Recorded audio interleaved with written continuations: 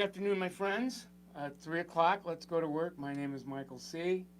I am a recovering alcoholic. And this is welcome to 12-Step Spirituality. Step 7, living in the pause. Grant me the grace to see the space. My friend Adam G. is in my green room. Let's go get him and let's go to work.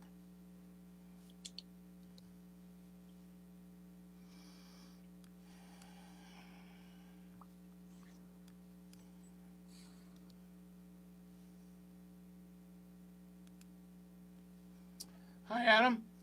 Hey, Michael. How are you, my friend? I'm doing great today. Me too. I mean, if I can get if only the Wi-Fi gods would be a little bit friendlier to us, we could get started on time. Yeah.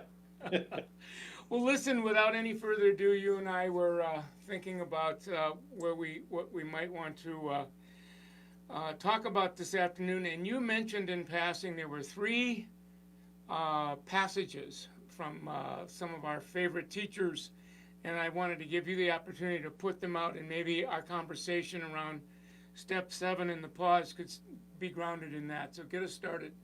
Sure. Thanks, Michael. I think thinking about this week after kind of the remarkable conversations we had, the inventory steps, and then 6, I kind of took a breath and I said, okay, what now? And I have to admit, I wasn't sure where this was going to go. So I went back to the books and I looked at Bill Wilson in the 12 and 12.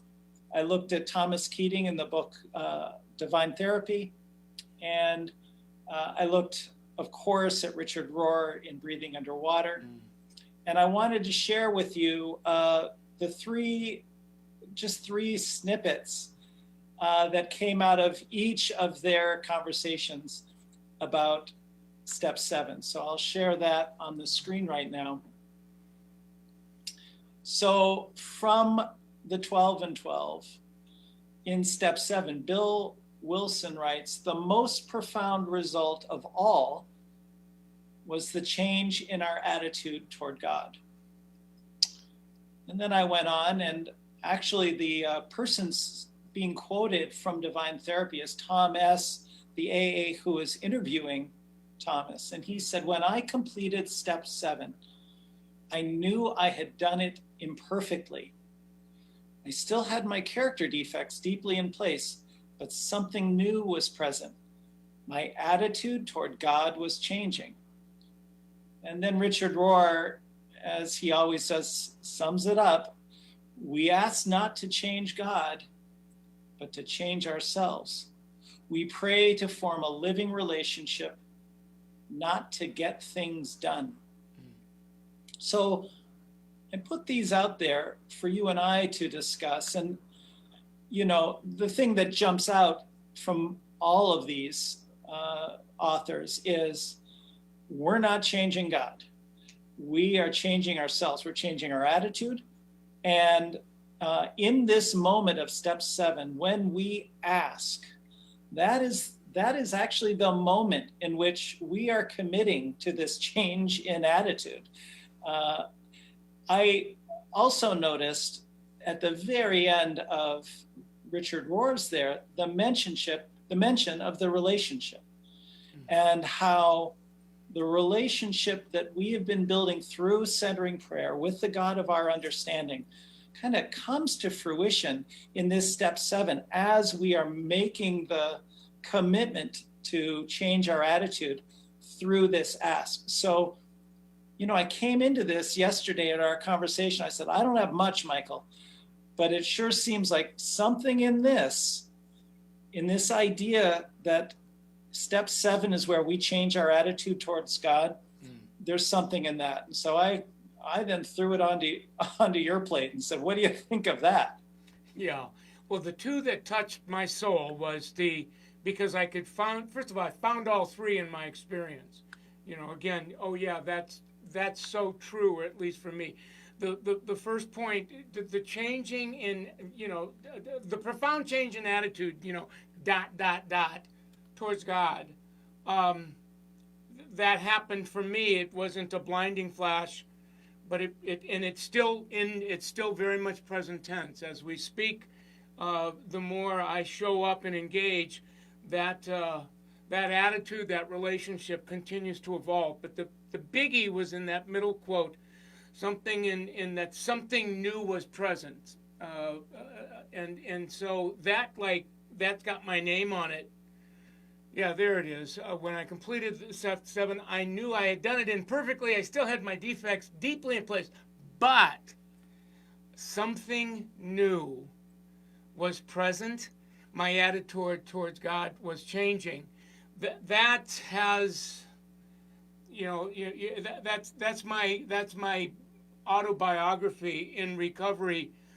Even today, something new is present. Something new is always present. And I've come over the years to to kind of characterize it as unchanging newness on a very regular basis. And I've, kind of made the connection that to the degree that I suit up and show up for, whether it's centering prayer, the steps, the service work, whatever that is, newness comes into my life, and I think that's what continues to compel me or propel me to show up and go through the process, because as you know, that the process can be excruciatingly wonderful. The other thing that that really stuck with me as we were having the conversation was I've stopped trying to think my way to wherever it is I think recovery will get me to. I've discovered the hard way I can't think my way through getting rid of character defects. I can't work my way into it. I can't. There's nothing I can do, and yet, there's times when my pants are on fire, where there's got to be something, and I forget all the time. No, what I do is suit up and show up, and engage in the process, and God does the removing on God's time. And I think I was sharing with you yesterday. I remember a few years ago, the apps started really coming on the mobile devices, and we have a timer now that we touch the timer and it gongs, but it also logs in our time. And I'm looking, and over the years, hundreds, thousands, tens of thousands, hundreds of thousands of minutes. I'm thinking, okay, pretty soon here, I'm going to have enough minutes where I'm not going to be enslaved by those character defects that followed me into recovery. And I found out that that's not the case. That they get chipped away by God. And my job is to suit up, show up, and continue to ask in faith that they'll be removed. And that process for me is very, very subtle. So that's my take on it. How about you? Yeah. And there was something else I want to recall from our conversation yesterday, Michael, that you said that really struck me. And it had to do with the 2 commandments, the distillation of the commandments. And you talked not only about love, the second one, love our neighbor as ourselves. And I wanted you to unpack that a little bit too, because that was... Well, the 2 great commandments, and, loving God with all my heart and mind and my soul. And I got that. I love to love God. That's part of being able to sit and center and do the work out of that, because I love that experience. But that second, the second greatest commandment. Okay, then loving others, loving my neighbor as I love, quote, myself. And no, that's not, the author, God must have gotten that one wrong, because I'm going to love others just like I love God. Here I go. And it's like, no. And it was through the process, the steps 6, 7, that to the degree that I can welcome that part of me called character defect when it's activated, and the welcoming prayer and centering. Welcome that. I'm welcoming me, that part of me. That's me loving me enough. And then as I embrace it, me, the two me's, the we go and release ourselves. That's the surrender part. And I'm into my third decade in recovery, and I'm just getting that part now. I'm a slow learner, but it's like, okay, so that's loving ourselves. That's forgiveness. Yep. And my kind of connection when you said that yesterday was bringing it back to centering prayer. And Thomas Keating, he does talk about, even though he's not an alcoholic, he talked about this step 7 in a really perceptive way, which was to say, our whole being wants to respond to this new relationship with God. And not only does centering prayer help awaken us to the realization of our faults and weaknesses, but also to our basic goodness. And we've been kind of talking about this in 4, 5, and 6, opening ourselves to that sense of basic worthiness, basic goodness that God already recognizes, that others recognize in us, but we are so slow to come to it. And it is centering prayer that really nurtures and grows that sense in us of our basic goodness, which was missing. I haven't talked to a single addict or alcoholic who is talking about themselves, certainly in a 4-step way, where they're like, well, I really loved myself when I came here. Like, no, there was a lot of that self-loathing. And so that piece of basic goodness, all at the same time, this increasing sense that I can't do this under my own power, that is so supported by centering prayer. And so that was my aha out of your piece. But I want to go back to something you said, ask a question. So, you had your insight timer, you're doing all this centering prayer, and it wasn't taking care of your character defects. So my question is, how did you know it was working? How did you know that first thing we said, that there was something new? What in you did you recognize to say, okay, here is an indicator of this new attitude that all 3 of these authors are talking about? Yeah. I'm laughing because that recognition was an excruciating recognition. It's like, oh no, please don't tell me that this is how the process works. The indicator was, for me, and it goes back to the pause, the living in the pause, the grace to see the space in real time when a defective character has been triggered in me, and the fear and I have this overwhelming desire to act it out. And for me, fortunately, unfortunately, whatever, it's always about the desire to harm.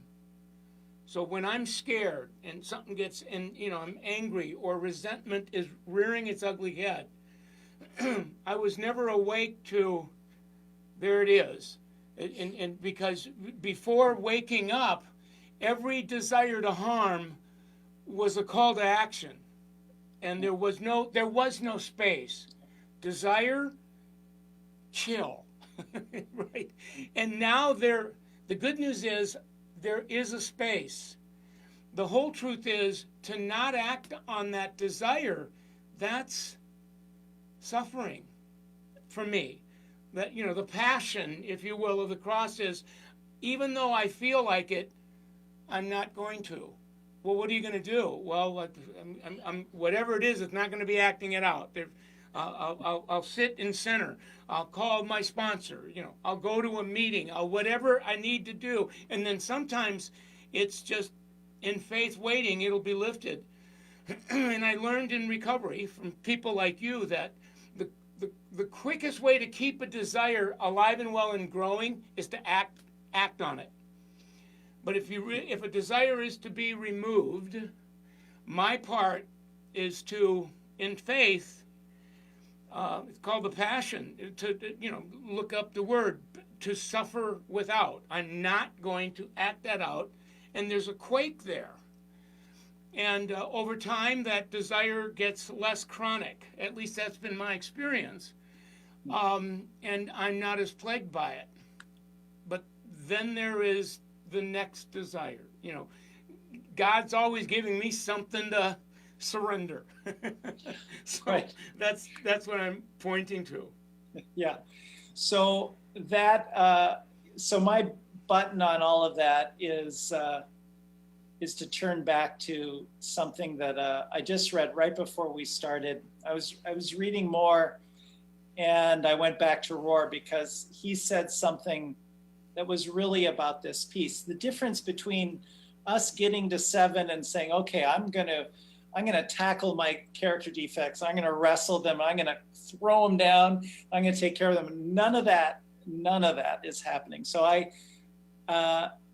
it is not a lot of consolation when you say to me, Michael, okay, Adam, here's how you're going to deal with your character defects. You're going to sit in silence, and you're going to trust that God is going to take care of them. And sometimes when they're activated, you're going to suffer. You're going to feel the pain of that. And it'll ease, but you're going to feel the pain of it. So I was like, so as you shared that, this is what came up for me. I didn't do it right. So hold, please. I'll try that again.